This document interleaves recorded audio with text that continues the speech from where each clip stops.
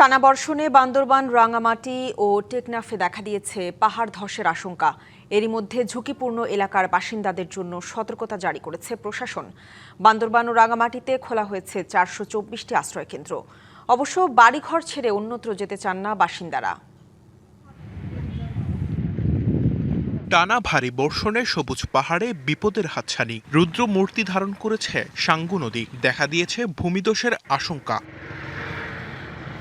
বান্দরবনের পাহাড়গুলোতে ঝুঁকি নিয়ে বসবাস করছে অসংখ্য বাসিন্দা। ধসের আশঙ্কায় ইতিমধ্যে সতর্কতা জারি করেছে প্রশাসন।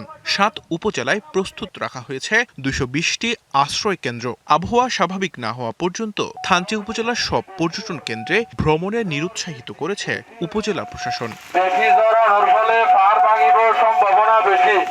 রাঙামাটিতে পাহাড় ধসের ঝুঁকিতে থাকা 100রও বেশি স্থান চিহ্নিত করেছে প্রশাসন। পৌর এলাকায় 11টি সহ জেলায় মোট 204টি আশ্রয় কেন্দ্র খোলা হয়েছে। পাহাড় ধসের আশঙ্কা দেখা দিয়েছে।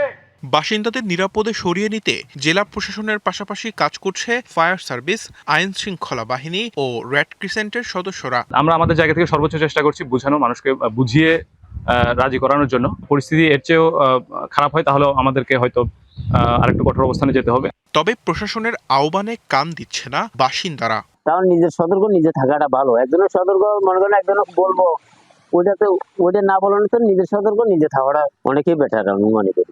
বাংলা কিউআর যেখানে নগদ পেমেন্ট সেখানে।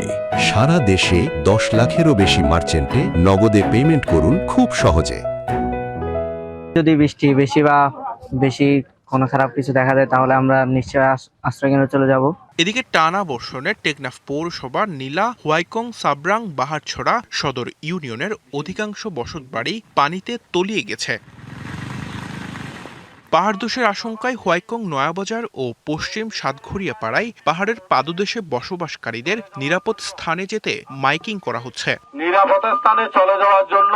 এদিকে বৈরী আবহাওয়ায় 6 দিন ধরে সেন্ট মার্টিন টেকনাফ নৌপথে ট্রলার চলাচল বন্ধ রয়েছে। Sanjidul Alam, DBC news desk.